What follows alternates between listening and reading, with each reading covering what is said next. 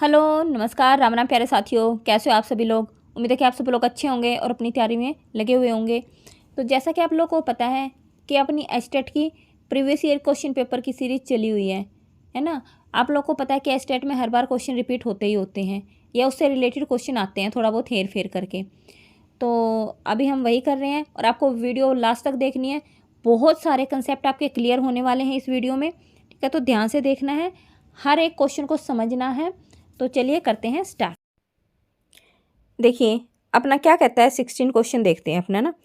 Stanford P ने बुद्धिलब्धि scale के अनुसार न्यून मानसिक मंदता वाले बालकों की आयु सीमा क्या होती है।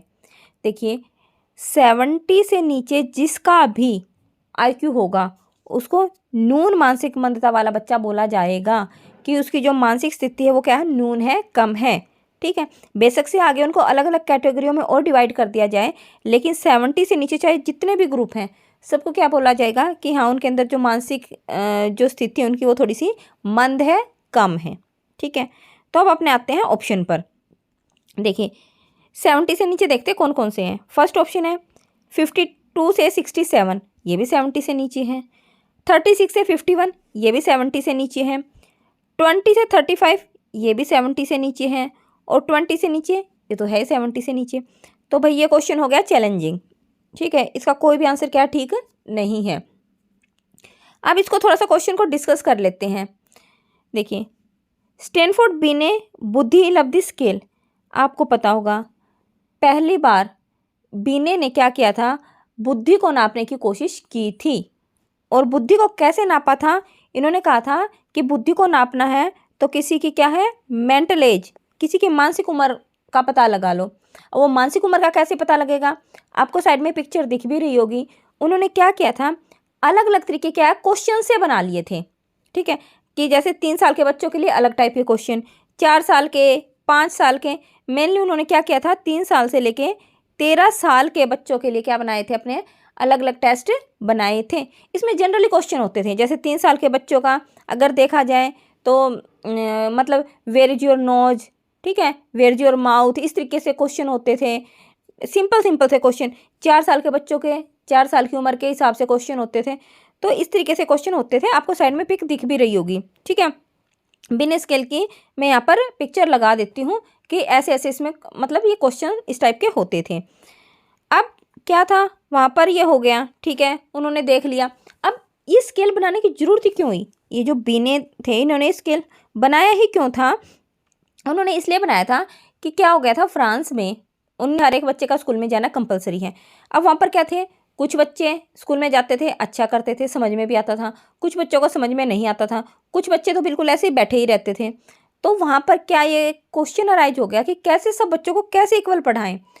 तो यहाँ पर इसलिए स्केल बनाया गया था कि बच्चों को उनकी मानसिक उम्र के हिसाब से पढ़ाया जाए, ठीक है, उससे वे अच्छा कर पाएंगे।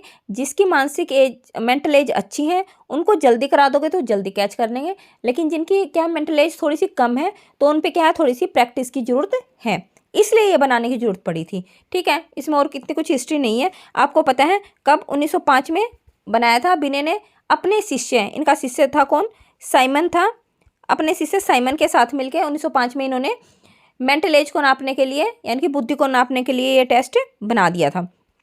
अब उसके बाद क्या हो गया, अमेरिका में भी ये क्या हो गया, ये वाला टेस्ट लागू होने लग गया, ठीक है, कि बच्चों को उसकी उम्र के हिसाब से पढ़ाना चाहिए, मानसिक उम्र के हिसाब से, ना कि शारीरिक उम्र के हिसाब से, क्योंकि पढ़ना तो उन्हें दिमाग से ही था। तो वहाँ पर अब प्रॉब्लम ये आई कि जो बिने थे वो तो क्या थे, फ्रांस के थे। तो उन्होंने जो टेस्ट बनाया था वो कौन सी लैंग्वेज में बनाया था, फ्रेंच में बनाया था। उसके बाद और बनाया था 1905 में, मैंने बता दिया। 1916 में ये जो फ्रेंच लैंग्वेज में बनाया था ना, इसी को क्या कर दिया टर्मन ने, किसने, टर्मन ने इंग्लिश लैंग्वेज में ट्रांसफ़र कर दिया था।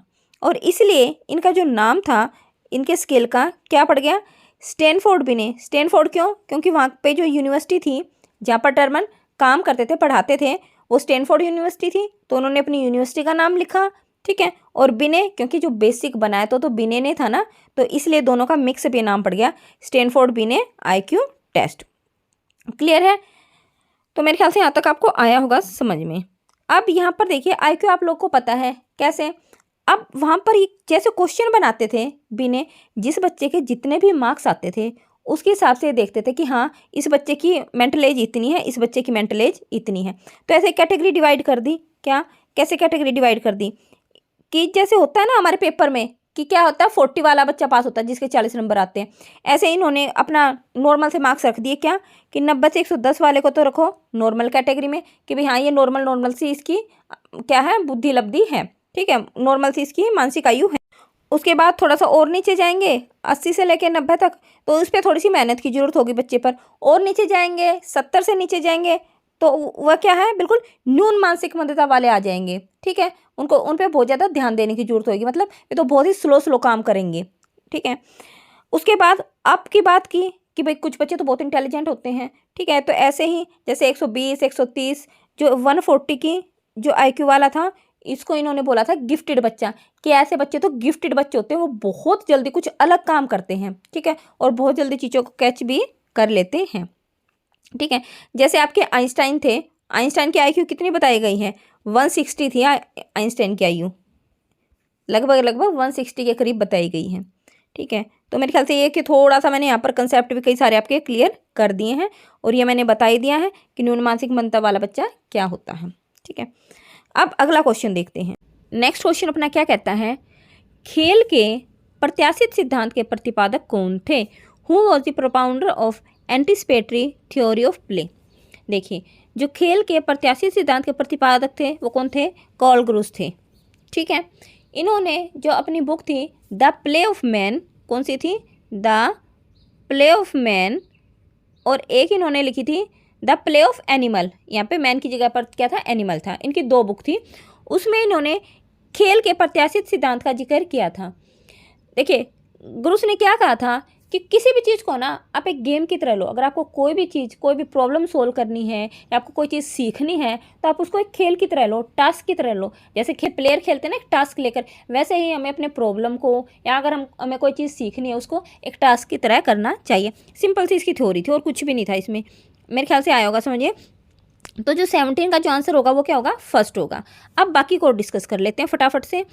आपका जो सेकंड ऑप्शन है मैकडूगल, मैकडूगल ने क्या दिया था, अपनी मूल प्रवृत्तियों का सिद्धांत दिया था ना, और कितनी मूल प्रवृत्तियाँ बताई थी, 14 मूल प्रवृत्तियाँ बताई थी, है ना, जो हर इंसान में होती हैं। और ये जो है मूल प्रवृत्तियों का सिद्धांत मैंने चैनल पर करवा भी रखा है बिल्कुल डिटेल से, है ना। अब थर्ड ऑप्शन देखते हैं, स्पेंसर, स्पेंसर ने किसका सिद्धांत दिया था, डार्विनवाद का सिद्धांत, किसका सिद्धांत दिया था, डार्विनवाद का सिद्धांत। देखिए ये नाम थोड़ा सा अटपटा जरूर लगेगा लेकिन इसमें है कुछ भी नहीं। डार्विनवाद का मतलब क्या है कि जो अपने स्पेंसर थे ना, इन्होंने क्या कहा था कि जो आपका समाज है ना, समाज जिस समाज में आप रहते हो उसको एक जीव की तरह देखो, ठीक है, क्या देखो, समाज को जीव की तरह देखो, है ना, कि जैसे कोई इंसान होता है ना उसी तरीके से देखो कि भाई जैसा हम समाज को क्या है, अच्छी चीज़ बुरी चीज़ जो भी देंगे वैसा ही हमारा समाज पनपेगा, है ना। जैसे कोई जीव है वो पनपता है, बड़ा होता है, उसका विकास होता है, कैसे होता है कि भाई वो कैसी संस्कृति में रहता है, कैसे आसपास के उसमें रहता है ना, कैसा उसको खाने पीने को मिला है, ऐसे ही जैसा हम समाज को परोसेंगे वैसा ही हमें मिलेगा, हमारा समाज बन जाएगा। सिर्फ एक सिंपल सा ये सिद्धांत है और कुछ भी नहीं है इस डार्विनवाद में, ठीक है। और अपना नेक्स्ट देखते हैं जी स्टैनले हॉल, जी स्टैनले हॉल की जो एक फेमस डेफिनेशन है वो पहले मैं आपको बता देती हूँ। पहली बात तो स्टैनले हॉल ने किस पर दिया था अपना, इसका जो सबसे जो फेमस था ना वो किशोरावस्था से रिलेटेड इन्होंने सिद्धांत दिए थे, ठीक है। और किशोरावस्था आपको पता है कहाँ से कहाँ तक होती है, 12 से 18 साल के बच्चों में को बोला जाता है ना कि वो किशोरावस्था में है।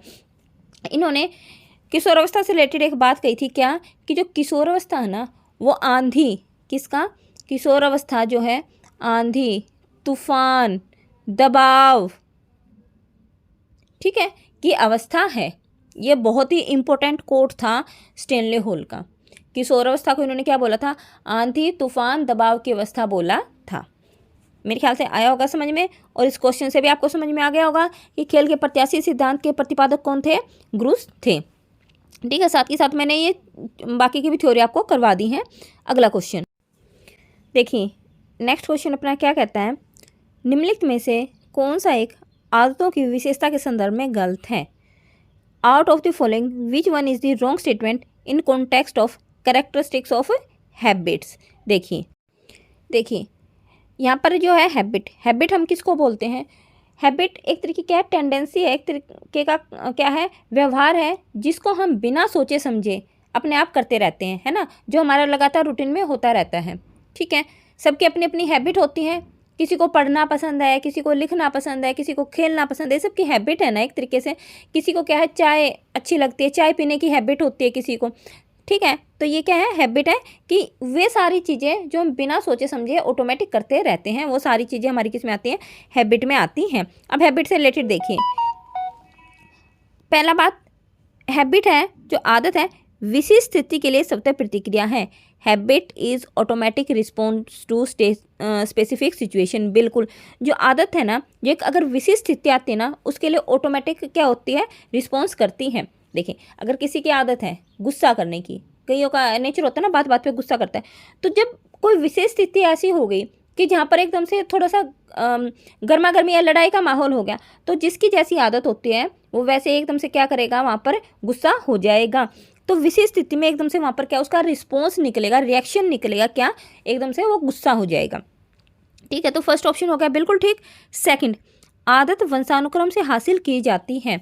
Habit is acquired through heredity. बिल्कुल भी नहीं। क्या आपको सारी आदत अपने मम्मी पापा से मिली है? क्या आपकी सेम हैबिट है जो आपके मम्मी पापा में है या दादा दादी में है, नाना नानी में है? बिल्कुल भी नहीं है ना, सबकी अलग अलग आदत होती हैं। ठीक है, तो इसका मतलब क्या है कि आदत हमें वंशानुक्रम से नहीं मिलती है। ठीक है, वो आदत हम वातावरण में आकर, पर्यावरण में आकर ग्रहण करते हैं। थर्ड ऑप्शन, आदत अच्छी तरह से सीखा प्रदर्शन है। Habit is a well learn performance. बिल्कुल, देखिए हैबिट क्या होती है, जब हम किसी भी चीज़ को बार बार लगातार करते रहते हैं तो ऑटोमेटिक हमें लर्न हो जाती है। देखिए, आप लोगों को पता है कि बहुत की सुबह उठ के क्या होती है, ब्रश करने की हैबिट होती है। तो क्या है, उसको हमने इतनी बार लर्न कर लिया, इतना वेल लर्न हमने उसको कर लिया कि वो परफॉर्मेंस ऑटोमेटिक खुद से हो जाती है। आप सुबह उठते हैं, ब्रश करते हैं, ठीक है, जबकि आपको इसमें सिखाने की जरूरत है नहीं, आप बचपन से करते आ रहे हैं, आपने इतना अच्छे तरीके से उसको सीख लिया है कि हाँ भाई आपको इतने बजे उठ के क्या करना है, अब ब्रश करनी है। तो बिल्कुल ठीक है, आदत अच्छी तरह से सीखा प्रदर्शन है। बिल्कुल। फोर्थ है, आदत केवल समान परिस्थितियां होने पर प्रदर्शित होती हैं। ये भी बिल्कुल ठीक है। अब एग्जाम्पल देखते हैं। देखिए, आपको पता है कईयों की क्या आदत होती है, सुबह उठेंगे क्या करेंगे, चाय पीने की हैबिट होती है। ठीक है, तो सुबह जैसे हुई, मॉर्निंग हुई, सुबह की क्या हमारी परिस्थिति हुई और चाय पीने की आदत होगी। ठीक है, या फिर आपने कई बार देखा होगा कि जब भी क्या होता है, शाम का टाइम होता है, तो जैसे ही आप सोफे पर बैठते हो, आपके हाथ में रिमोट आता है, तो ऑटोमेटिक क्या होता है आपका कि चलो टीवी चला लेते हैं। ठीक है, तो समान परिस्थिति हुई ना कि शाम हो गई है, अब हमारा टीवी देखने का टाइम है, सुबह का टाइम है, अब हमारे चाय पीने का टाइम है। आप ऐसे तो नहीं करते ना कि रात को उठते हो फिर चाय बनाते हो, नहीं, आपकी जो हैबिट है, सुबह की जो समान परिस्थिति है, सेम सिचुएशन है, उसी में आप सुबह उठे, चाय बनाकर आपने पी ली। ठीक है, तो समान परिस्थिति जैसी भी सिचुएशन होती है उसी के अकॉर्डिंग हमारी हैबिट्स होती है। तो मेरे ख्याल से आया होगा, इसमें से जो रॉन्ग आंसर था वो आपका क्या था कि आदत वंशानुक्रम होती है, ये बिल्कुल रॉन्ग है। अगला क्वेश्चन देखते हैं। देखिए, अगला क्वेश्चन क्या कहता है, निम्नलिखित में से कौन सा सिद्धांत अधिगम के अंतरण सिद्धांतों से संबंधित नहीं है? Which of the following theory is not related with the theory of transfer of learning? देखिए, आप लोग को पता है ट्रांसफर ऑफ लर्निंग क्या होता है। देखो, नाम से पता करने की कोशिश करो, यानी कि लर्निंग का क्या हो रहा है, ट्रांसफ़र हो रहा है। ठीक है, लर्निंग का ट्रांसफ़र, सिर्फ इतनी सी बात है, यानी कि एक जगह पर जो हमने चीज़ सीख ली, एक जगह पर जो हमने चीज़ लर्न कर ली, उसका हम ट्रांसफ़र कर देंगे किसी अन्य सिचुएशन में। कैसे? मान लीजिए किसी बच्चे ने क्या है, गिनती सीख ली है। ठीक है, अगर बच्चे को काउंटिंग आ गई तो उसके बाद क्या है, टेबल सीखने में क्या है, उसको ईजी हो जाएगी, है ना, ईजिली वो टेबल सीख पाएगा। ठीक है, या फिर किसी बच्चे ने क्या है, साइकिल चलाना सीख लिया है, तो क्या करेगा, साइकिल चलाने का जो उसका ज्ञान था, जो उसने लर्न किया है साइकिल चलाना, उसका वो प्रयोग कर सकता है किसमें, स्कूटी चलाने में। यानी कि जो साइकिल चलाने में जो उसने ज्ञान प्राप्त किया था वो ट्रांसफ़र हो गया है, कहाँ पर चला गया है, स्कूटी चलाने में। आई है बात समझिए। तो इसको बोलते हैं ट्रांसफ़र ऑफ लर्निंग, यानी कि एक जगह पर सीखा हुआ ज्ञान किसी अन्य जगह पर प्रयोग करना। अब इससे रिलेटेड भी क्या कुछ सिद्धांत हैं जिसको हम देखते हैं। देखिए, पहला ऑप्शन है मानसिक अनुशासन का सिद्धांत। बिल्कुल, ये जो मानसिक अनुशासन का सिद्धांत है ये हमारा ट्रांसफ़र ऑफ लर्निंग थ्योरी से रिलेटेड है। देखिए, जो आपका मानसिक अनुशासन का सिद्धांत है, पहली बात तो आपको नाम से ही पता लग जाना चाहिए, theory of mental discipline. Mental यानी कि मानसिक, यानी कि दिमागी, डिसिप्लिन, यानी कि हमें हमारे दिमाग को क्या किस में रखना है, डिसिप्लिन में रखना है। कहने का मतलब ये है, अगर हमें कोई चीज़ सीखनी है और सीख कर उसका क्या ट्रांसफ़र करना है, एक जगह का सीखा हुआ ज्ञान दूसरी जगह पर यूज करना है, तो हमें अपने दिमाग को क्या करना पड़ेगा, अनुशासित करना पड़ेगा। ठीक है, जैसे आप अपने डेली लाइफ में डिसिप्लिन रखते हो ना, वैसे ही आपको कोई चीज़ सीखने के लिए अपने दिमाग को भी किस में, डिसिप्लिन में रखना पड़ेगा। अब आप एक बात सोचिए, आपने अभी कुछ चीज़ पढ़ ली, आप उसको 1 साल तक बिल्कुल छोड़ दे पढ़ना, क्या आपको याद रहेगी? क्या आप उस नॉलेज का कहीं अन्य जगह पर प्रयोग कर पाएंगे? बिल्कुल नहीं कर पाएंगे। लेकिन अगर आप उसी चीज़ को, किसी एक जगह पर सीखे हुए ज्ञान को बार बार, मान लीजिए मैं आपको एक बुक पढ़ने को दे दूँ, ठीक है, आपने एक बार पढ़ ली, ठीक है, फिर मैं बोलूँ कि इसको वीकली और पढ़ना है, नहीं तो आप इसको भूल जाओगे। ठीक है, तो आप क्या करोगे, उसी चीज़ को बार बार हफ्ते में क्या करते रहोगे, पढ़ते रहोगे, तो वहाँ पर क्या होती रहेगी, आपके दिमाग की प्रैक्टिस होती रहेगी, है ना। आपके जो दिमाग का क्या है, जो चीज़ आपने सीखी उस चीज़ का क्या होता रहेगा, अभ्यास होता रहेगा। आई है बात समझिए। यहाँ पर हमें जो अपना दिमाग है, जो मानसिक है, जो मानसिकता है, उसका क्या करना पड़ेगा, अनुशासन में रखना पड़ेगा उसको। उस किसी भी चीज़ की हमें लगातार क्या करनी पड़ेगी, प्रैक्टिस करनी पड़ेगी।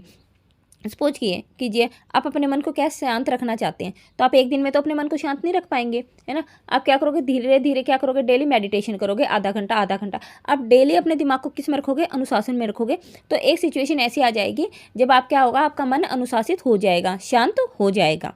आइए बात समझिए। तो यहाँ पर क्या है कि अगर आपको कोई भी चीज़ करनी है तो आपको अपने दिमाग को किस में, अनुशासन में रखना पड़ेगा। ऐसा नहीं कि एक बार पढ़ा और फिर छोड़ दिया, डिसिप्लिन में रहना पड़ेगा कोई भी चीज़ सीखने के लिए।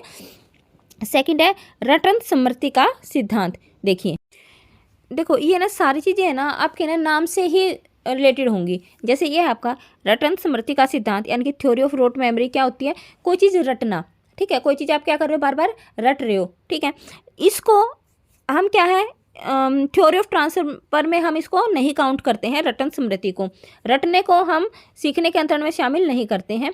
बाकी ये होता क्या है, मैं आपको बता देती हूँ। जैसे आप कोई भी चीज़ रटते हो, आप छोटे बच्चों को क्या है, अल्फ़ाबेट सिखाते हो, ABCD, तो रटवा कर ही तो सिखाते हो। आप टेबल सिखाते हो, काउंटिंग सिखाते हो, ये क्या करते हो आप, रटवा कर ही सिखाते हो ना। ठीक है, तो ये क्या है, हालांकि ये सिद्धांत है लेकिन ये सीखने के अंतरण सिद्धांत में नहीं आता है। ठीक है, तो सेकंड इसका ऑप्शन नहीं होगा। बाकी हम देखते हैं थर्ड ऑप्शन इसका क्या है, समान अवयव का सिद्धांत, थ्योरी ऑफ आइडेंटिकल एलिमेंट्स, यानी कि जितने भी तत्व समान होंगे, नाम से पकड़ो, समान अवयव, यानी कि जितने भी आपके तत्व समान होंगे उस चीज़ को आप अच्छे से दूसरी जगह पर यूज कर पाओगे। जैसे मान लीजिए साइकिल चलाना आपने सीखा, साइकिल पर आपने बैलेंस करना सीख लिया, साइकिल को आपने रोड पर चलाना सीख लिया, है ना, कि भाई अगर हमें क्या है, रोड के साइड में इसको चलाना है, ठीक है, साइकिल को हैंडल पे आपने फोकस करना सीख लिया। तो वही चीज़, सेम वो चीज़ जो आपने यहाँ पर सीखी है, समान चीज़, समान तत्व, आप क्या स्कूटी सीखने में भी अप्लाई कर सकते हो। वही आपको बैलेंस स्कूटी पे करना है, वही आपको क्या है, अपनी डायरेक्शन देखनी है, दिशा देखनी है ना। तो वे बहुत सारी चीज़ें जो समान तत्व हैं वो हमारे क्या है, दूसरी जगह पर यूज हो जाते हैं। आई है बात समझिए। तो अभी आप देखते हैं इसका लास्ट ऑप्शन, सामान्यीकरण का सिद्धांत। देखिए, सामान्यीकरण क्या है, एक आम तौर पर इसको ये लगा लो कि जनरलाइजेशन करना, किसी चीज़ को बहुत सारे ग्रुप को एक ही चीज़ से जोड़ देना। अगर मैं इसका सिंपल सा उदाहरण दूं तो आप लोगों को पता है, अगर मैं बोलूं कि पक्षी उड़ते हैं, ये एक सामान्यीकरण हो गया, सामान्य बात है कि जितने भी पक्षी हैं वे उड़ते हैं। ठीक है, तो ऐसे ही जो सामान्यीकरण का सिद्धांत है वो क्या है, एक तरीके से आप ये लगा लीजिए, मान लीजिए कोई कुत्ता है, कुत्ते का हमने जैसे पावलो का एग्जांपल भी लिया था। कुत्ते के आगे अगर आप क्या करोगे, बार बार घंटी बजाओगे, खाना रखोगे, घंटी बजाओगे, खाना रखोगे, तो क्या करेगा, जो कुत्ता है ना, उसने घंटी के साथ अपने आप को क्या कर लिया, जनरलाइजेशन कर लिया, इनकी घंटी का उसने क्या कर लिया, सामान्यीकरण कर लिया कि घंटी बजेगी और मुझे खाना मिलेगा। ठीक है, तो अब अगर आप अगर आप खाना ना भी दोगे और सिर्फ घंटी बजा दोगे तो भी कुत्ते के मुंह से क्या है, लार टपकती रहेगी, उसे ये लगेगा कि उसको क्या खाना मिलेगा अभी। ठीक है, उसने उस आवाज़ का क्या कर लिया, सामान्यीकरण कर लिया। ठीक है, तो मेरे ख्याल से आया होगा समझ में ये बात कि किसी भी चीज़ को, एक चीज़ को जोड़ के उसको सामान्यीकरण कर लेना, जनरलाइजेशन कर लेना। और जो सामान्यीकरण का जो सिद्धांत है किन्होंने दिया था, जुड़ ने दिया था, है ना। तो मेरे ख्याल से आपको आया होगा समझ में। जो 19th का जो आपका आंसर होगा वो क्या होगा, रटन स्मृति का सिद्धांत। ये हमारा सीखने के अंतरण सिद्धांत में नहीं है। देखिए अपना नेक्स्ट क्वेश्चन क्या कहता है, निम्नलिखित में से कौन सा थॉर्नडाइक के संबंधवाद सिद्धांत का अन्य नाम नहीं है। देखिए आप लोग को पता है कि थॉर्नडाइक ने अपना क्या था, सीखने से संबंधित सिद्धांत दिया था। ठीक है, और उनकी थ्योरी के ना काफ़ी सारे नाम पड़ गए थे। उनका वैसे तो उनकी थ्योरी को क्या बोला जाता है, वैसे तो उनकी थ्योरी को संबंधवाद का सिद्धांत ही बोला जाता है, लेकिन जैसे होता है ना कि कोई भी बच्चा होता है, एक उसका स्कूल का नाम हो, बाकी बहुत सारे अलग अलग रिलेटिव्स उसका नाम रख दें, तो वैसा ही इनकी थ्योरी के साथ है। इनकी थ्योरी के कम से कम 8-9 नाम रख दिए गए हैं। ठीक है, संबंधवाद तो ये लगा लो कि जैसे किसी बच्चे का स्कूल में नाम हो गया, अब देखिए इनके घर के नाम लगा लो क्या क्या हो सकते हैं। देखिए पहला है उद्दीपक अनुक्रिया सिद्धांत, बिल्कुल इनकी थ्योरी का नाम SR थ्योरी भी है। ठीक है, स्टिमुलस रिस्पॉन्स थ्योरी, SR सिद्धांत भी बोला जाता है इनकी थ्योरी को। ठीक है, तो फर्स्ट ऑप्शन तो हो गया बिल्कुल ठीक। सेकंड है आपका अधिगम का बंद सिद्धांत, यानी कि बॉन्ड थ्योरी ऑफ लर्निंग, बिल्कुल ये भी नाम है इनकी थ्योरी का, है ना। थर्ड ऑप्शन अनुबंधित अनुक्रिया का सिद्धांत, थ्योरी ऑफ कंडीशन रिस्पॉन्स, ये नहीं है। देखिए जो कंडीशन थ्योरी है, कंडीशन रिस्पॉन्स थ्योरी है, वो किन्होंने दी थी, पावलोव ने दी थी, है ना, किन्होंने दी थी, पावलोव ने दी थी। तो ये हमारे थॉर्नडाइक की थ्योरी नहीं है। फोर्थ ऑप्शन देखते हैं प्रयास एवं त्रुटि का सिद्धांत, बिल्कुल ये तो सबसे जो होते हैं ना फेमस नाम जो हो जाता है, इनकी थ्योरी का सबसे फेमस नाम यही था, प्रयास एवं त्रुटि का सिद्धांत। तो मेरे ख्याल से आपको आई होगी बात समझ में कि इनकी थ्योरी के क्या है, कितने सारे नाम थे। ठीक है, बाकी आपको और डिटेल से देखना हो कि इनके नाम क्यों पड़े हुए हैं। ठीक है, जैसे कोई बच्चा मोटा होता है तो उसको मोटू मोटू बोलने लग जाते हैं ना, तो ऐसे ही इनकी थ्योरी के नाम क्यों पड़े हुए हैं, है ना, कि इनको स्टिमुलस रिस्पॉन्स थ्योरी भी क्यों कहा जाता है, बंद थ्योरी क्यों कहा जाता है, बॉन्ड थ्योरी, ट्रायलम एरर, और बाकी इसके जो 9 नाम और हैं वो अगर आपको देखने हैं तो आप चैनल पर जाकर देख सकते हैं कि ये नाम क्यों पड़े हुए हैं। ठीक है, तो 20 का जो आंसर हो जाएगा वो अपना क्या हो जाएगा, थर्ड इसका आंसर हो जाएगा कि ये थॉर्नडाइक की थ्योरी का नाम नहीं है, ये पावलोव की थ्योरी का नाम है। अगला क्वेश्चन देखते हैं। देखिए अगला क्वेश्चन क्या कहता है, देखिए नेक्स्ट क्वेश्चन आपका क्या कहता है, निम्नलिखित में से कौन सा आधुनिक मनोविज्ञान का व्यवहारिक दृष्टिकोण है। देखिए यहाँ पर आपको ध्यान एक बात का रखना है कि आधुनिक मनोविज्ञान की तो बात हो गई है, लेकिन आधुनिक मनोविज्ञान में क्या पूछा गया है, व्यवहारिक दृष्टिकोण।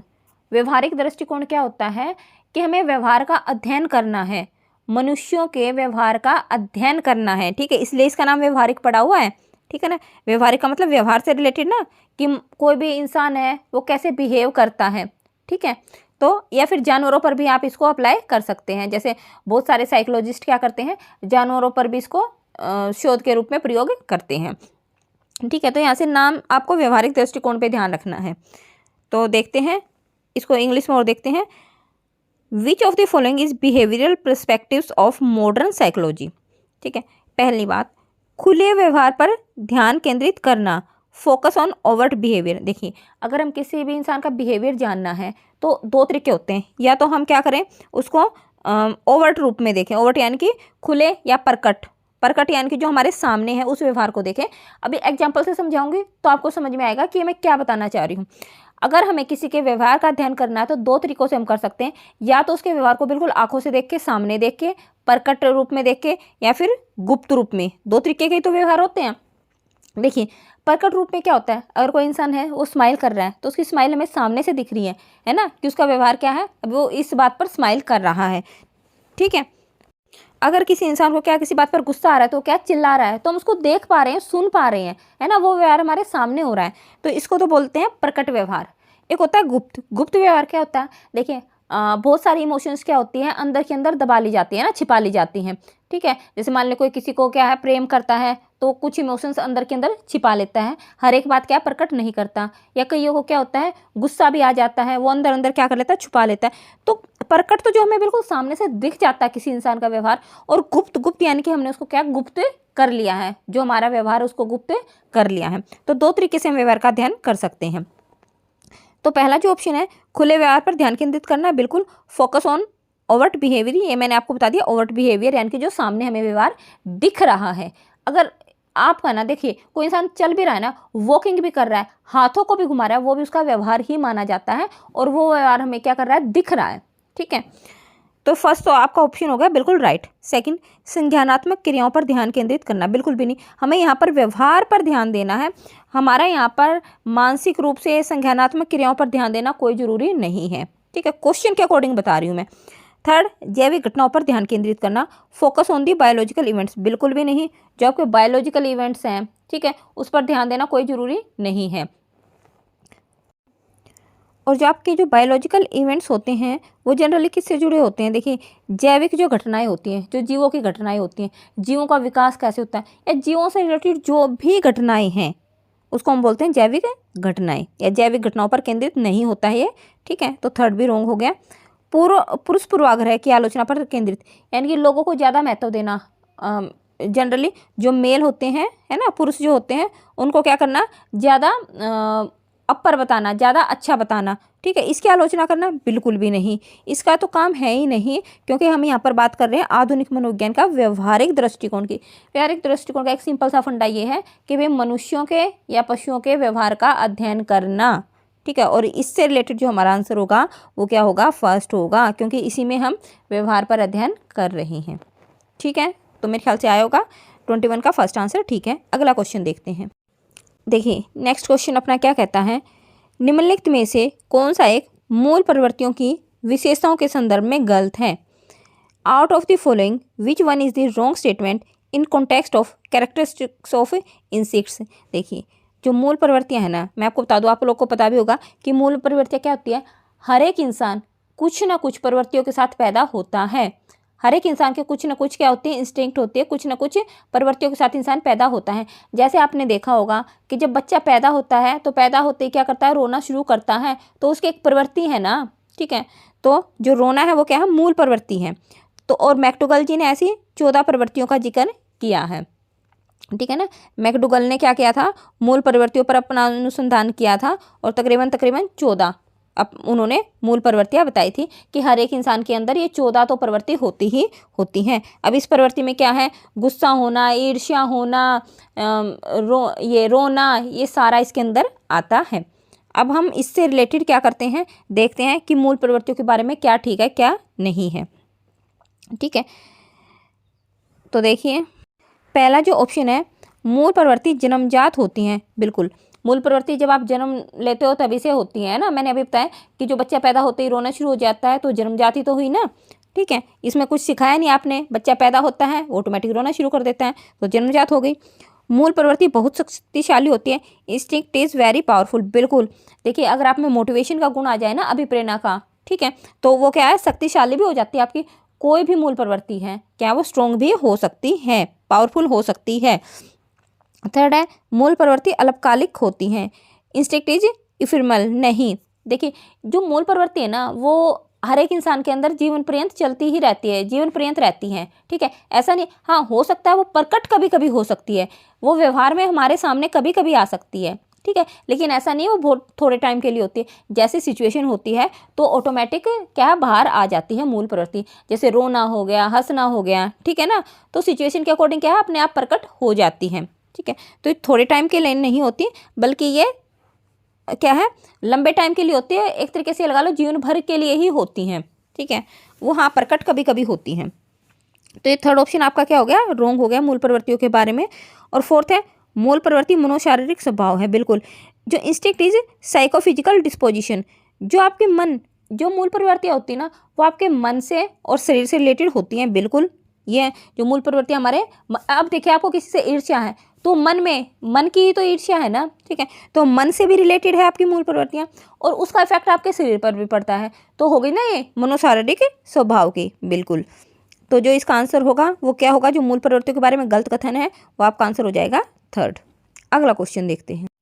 देखिए, अगला क्वेश्चन क्या कहता है आपका, विचार, निर्णय लेने, भाषा और अन्य उच्च मानसिक प्रक्रिया से जुड़ी मानसिक गतिविधियों को कहा जाता है the mental activities associated with thoughts. देखिए, ऐसी मेंटल एक्टिविटीज़, ठीक है, जिसमें हम क्या करते हैं, सोचते भी हैं, डिसीजन भी लेते हैं, हमारे उसके अंदर लैंग्वेज भी होती है, and other higher mental process, और उच्च लेवल की हम क्या करते हैं, दिमागी तौर पर कोई चीज़ हम करने की कोशिश करते हैं, उसको क्या बोला जाता है, उस प्रोसेस को। इस प्रोसेस का एक स्पेशल नाम है।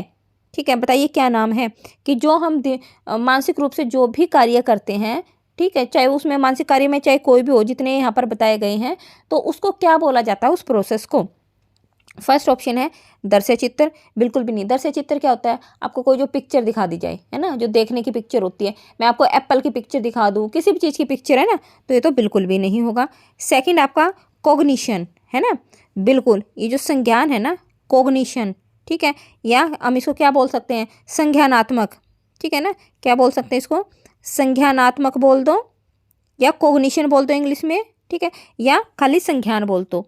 जो भी हम दिमाग से रिलेटेड जो भी हम कार्य करते हैं ना, चाहे वो छोटे लेवल से लेके अपर लेवल तक के जितने भी हम मानसिक कार्य करते हैं, उस सब को क्या बोला जाता है, एक स्पेशल नाम रख दिया, संज्ञानात्मक, ठीक है, या शॉर्ट फॉर्म में बोले तो संज्ञान।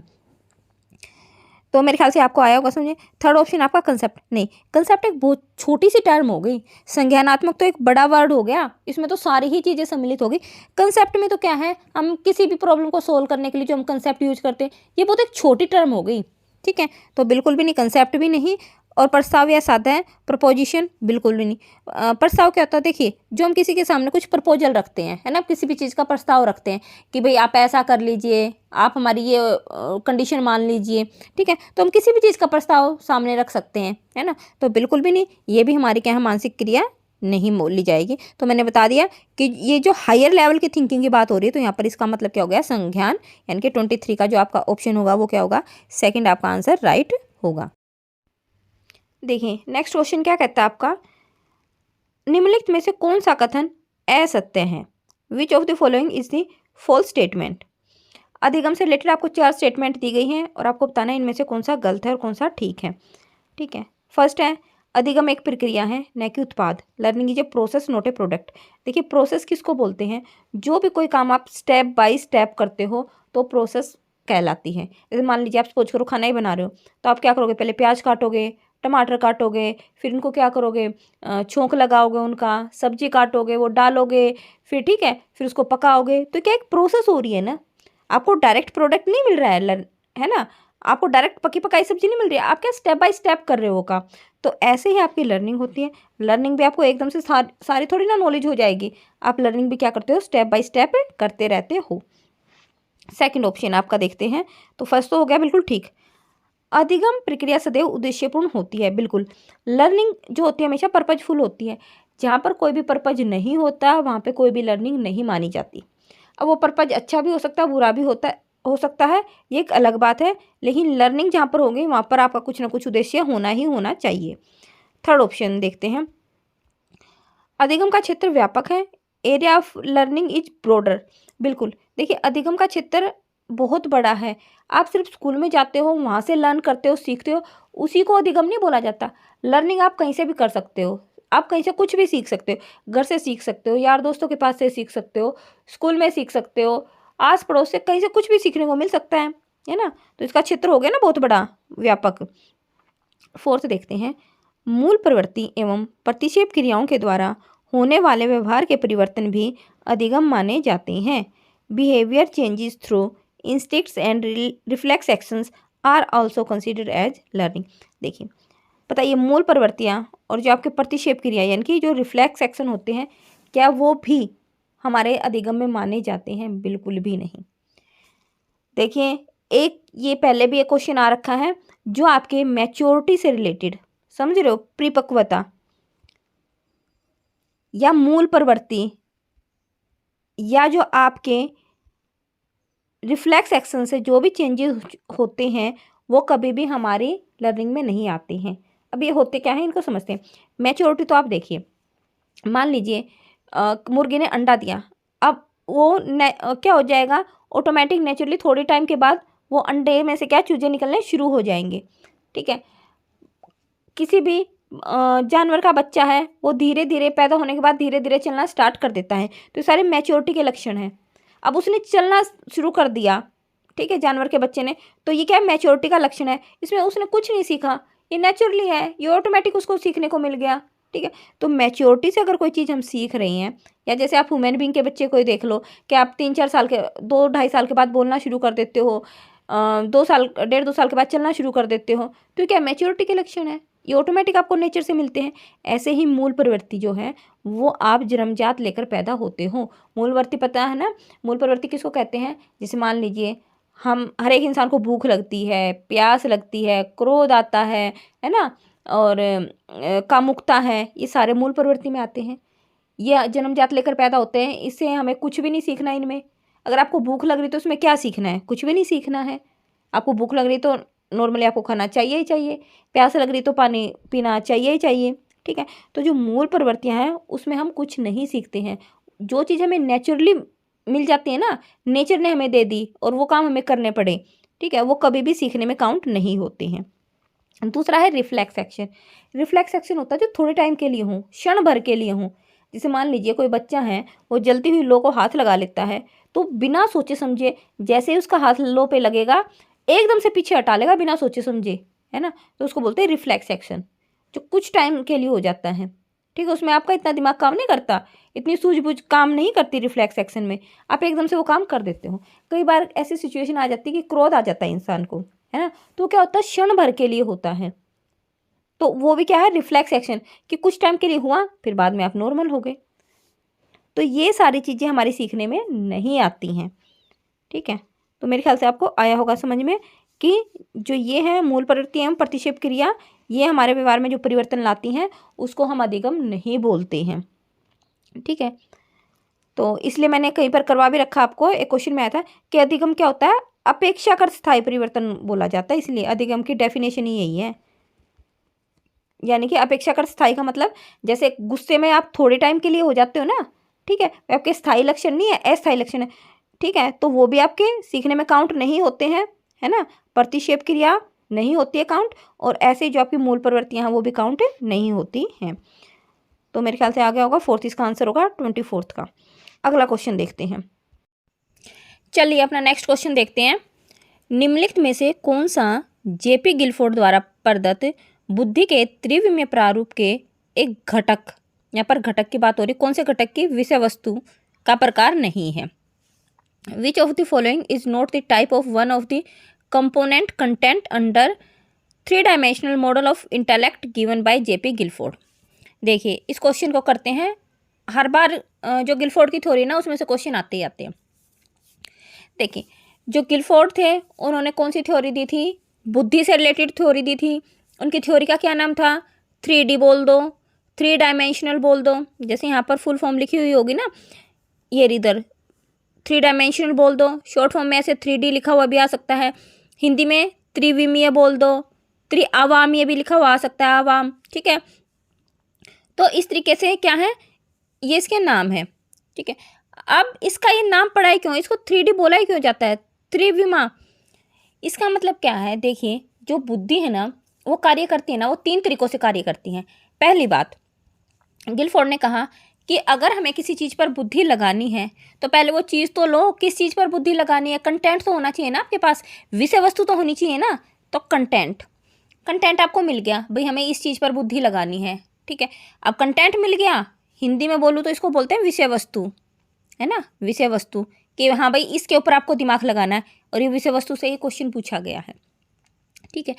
अब आपको विषय वस्तु मिल गई, कंटेंट मिल गया, अब उसके ऊपर अपना दिमाग लगा दो, ऑपरेशन लगा दो, अपना दिमाग यूज करो कि इस विषय वस्तु पर आपको कैसे दिमाग लगाना है।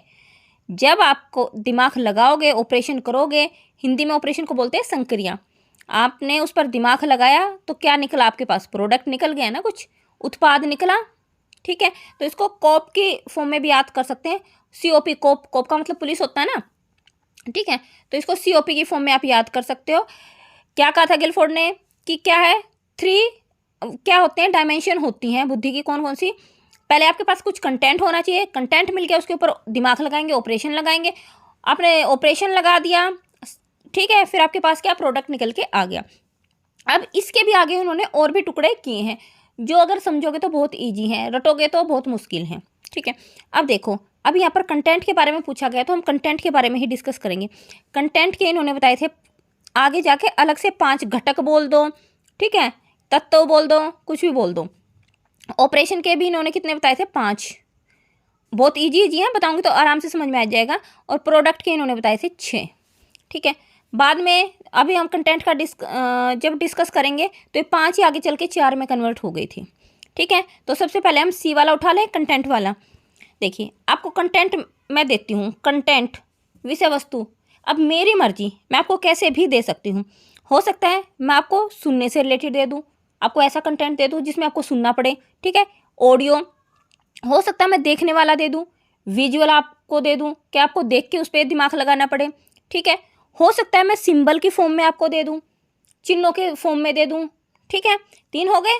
हो सकता है मैं आपको सिमेटिक, सिमेटिक का मतलब होता है शाब्दिक, है ना, सिमेटिक का मतलब क्या होता है, शाब्दिक, शब्दों की फॉर्म में जिससे बोलना पड़े, शाब्दिक, ठीक है, इस फॉर्म में दे दूं। या हो सकता है मैं व्यवहारिक रूप में दे दूं आपको, ठीक है, कि व्यवहारिक ज़िंदगी से मैं कुछ भी कंटेंट उठाऊं और आपको दे दूं। आई बात समझे, मैं 5 तरीके से आपको कंटेंट दे सकती हूँ, ये बात गिलफोर्ड ने कही है, ठीक है। अभी आगे चलकर, पहले तो इन्होंने 5 ही बताए थे, फिर आगे चलकर ये जो एवी है ना, एवी, इसी को एक बना दिया गया, देखने और सुनने को एक बना दिया, ऑडियो और विजुअल को, है ना, सर्वे और दृश्य को एक बना दिया, क्या बना दिया, फिगरल। इसका एक अलग नाम रख दिया, क्या, फिगरल, ठीक है, आकृतिक जिसको बोलते हैं ना, फिगरल। आई इतनी बात समझिए, पहले ये 5 थे, फिर ये घटाकर क्या कर दिया, इनका दोनों को जोड़कर एक अलग नाम रख दिया, फिगरल। तो मेरे ख्याल से आई ही बात समझिए। इसी कंटेंट के बारे में आपसे पूछा गया है कि बताइए कंटेंट के बारे में कौन कौन सा इसके ये जो 5 पार्ट है ना, इनमें से बताइए कौन सा नहीं है।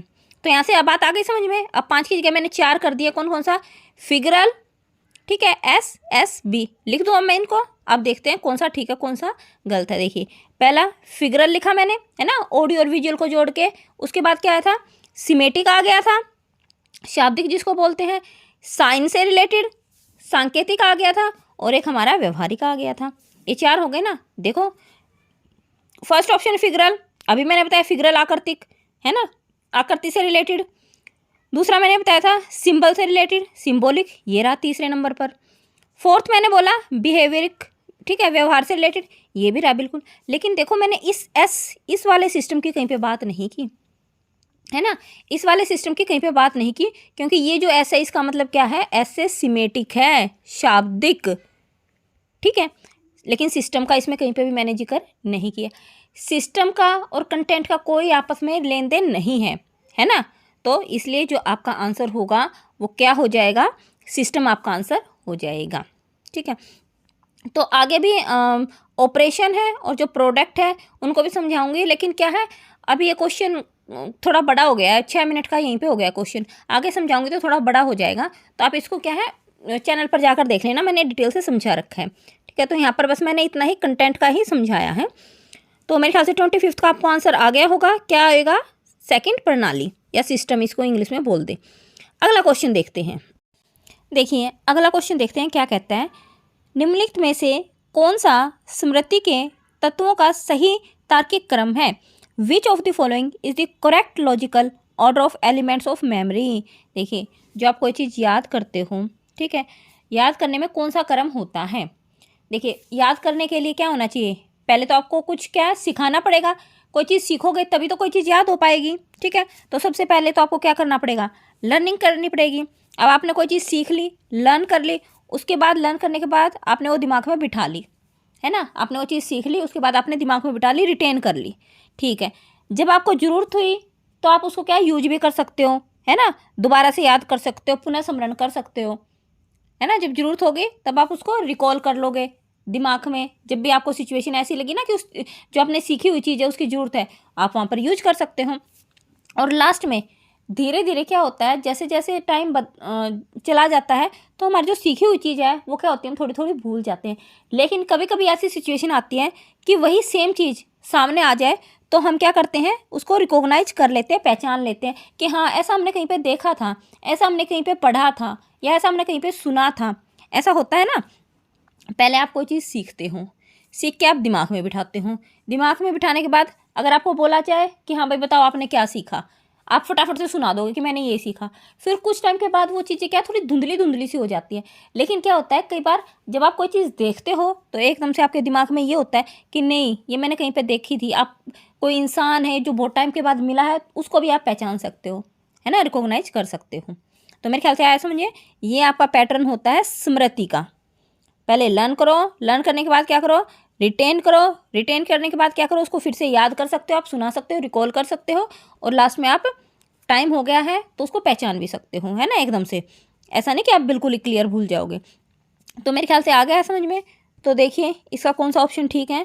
ये जो आपका फर्स्ट ऑप्शन है अधिगम, पहले आप लर्निंग करोगे फिर रिकॉल नहीं, ठीक है, पहले आप लर्न करोगे फिर उसको दिमाग में बिठाओगे, है ना, लर्निंग सेकंड। देखो ये रहा पहले में तो पहला ही गलत है, रिकॉल होता ही नहीं। पहले तो आप कुछ सीखोगे, ऐसे कुछ भी क्या सुना दोगे जब आपको कुछ चीज़ आएगी नहीं, सीखोगे नहीं, तो ऐसे क्या सुनाओगे, कुछ भी नहीं।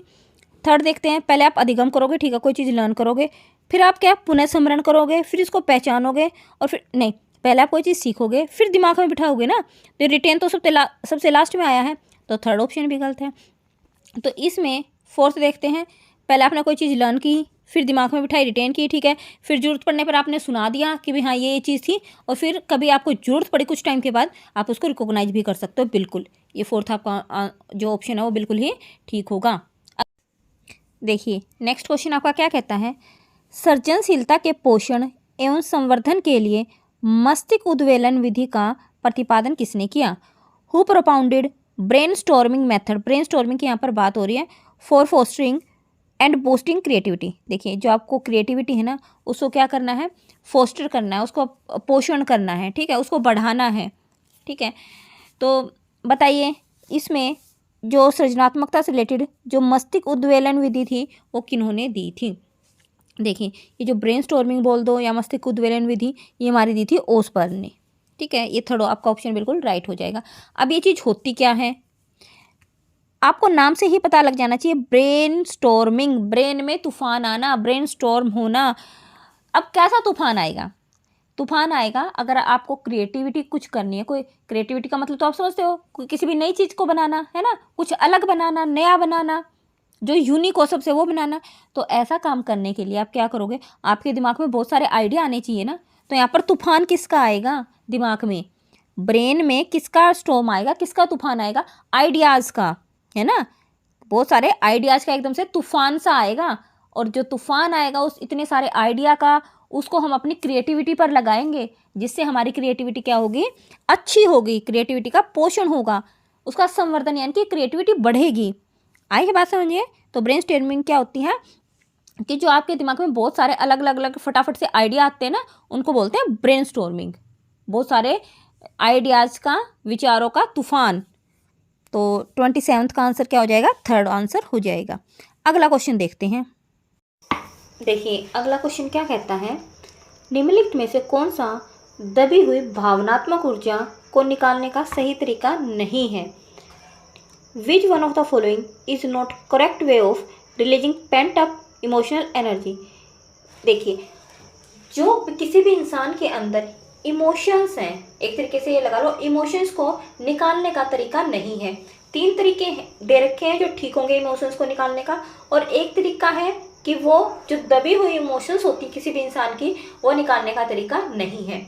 अभी आप ऑप्शन देखोगे, उदाहरण के द्वारा समझोगे तो आपको समझ में आ जाएगा कि क्या क्वेश्चन है। देखिए आप अपने इमोशन किस किस तरीके से निकाल सकते हैं। फर्स्ट ऑप्शन सब्स्टिट्यूट रिस्पॉन्स, स्थापन प्रतिक्रिया। सबसे पहले नाम को ही आप लेके चलो, सब्स्टिट्यूट। सब्स्टिट्यूट का मतलब क्या होता है? सब्स्टिट्यूट का जो मतलब होता है किसी भी इमोशन को ट्रांसफ़र करना, ठीक है, ट्रांसफ़र करना। सब्स्टिट्यूट का मतलब या फिर स्विच करना, ठीक है, स्विच कर दो, एक जगह की इमोशन को स्विच करके दूसरी जगह पर लगा दो। अब ये इमोशन कैसे होने चाहिए? जो आपके अनवांटेड इमोशन है, जो अच्छे इमोशन नहीं है, उनको आप बदल दो किस में, अच्छे इमोशन में। बुरे इमोशंस को आप किस में बदल दोगे, अच्छे इमोशंस में बदल दोगे। कैसे? उदाहरण के द्वारा आएगा समझ में। मान लीजिए कोई इंसान है, उसको बहुत ज़्यादा गुस्सा आया हुआ है, वो क्या करे? अब एक गुस्सा है इमोशन वाला, अब उसका जो इमोशन है कैसा है, गुस्से वाला है, वो क्या करे, तेज तेज सांस लेना शुरू कर दे, ब्रीथिंग करना स्टार्ट कर दे, तो जो उसका गुस्सा है वो क्या हो जाएगा, धीरे धीरे शांत हो जाएगा। तो देखो जो उसकी एंगर वाला इमोशन था, एंगर इमोशन किस में कन्वर्ट हो गया, काम में कन्वर्ट हो गया ना, शांति में, कामनेस में, है ना। तो यानी कि एक जगह का इमोशंस जो अच्छा नहीं है, अनवांटेड इमोशन है, उसको आपको बदलना है, सब्स्टिट्यूट करना है, ट्रांसफ़र करना है किस में, दूसरा है जो अच्छे वाला इमोशन में। बुरे इमोशन को बदल दो किस में, अच्छे वाले इमोशन में। यही हमारा है पहला स्थापन प्रतिक्रिया, या जिसको बोलते हैं सब्स्टिट्यूट रिस्पॉन्स, ठीक है।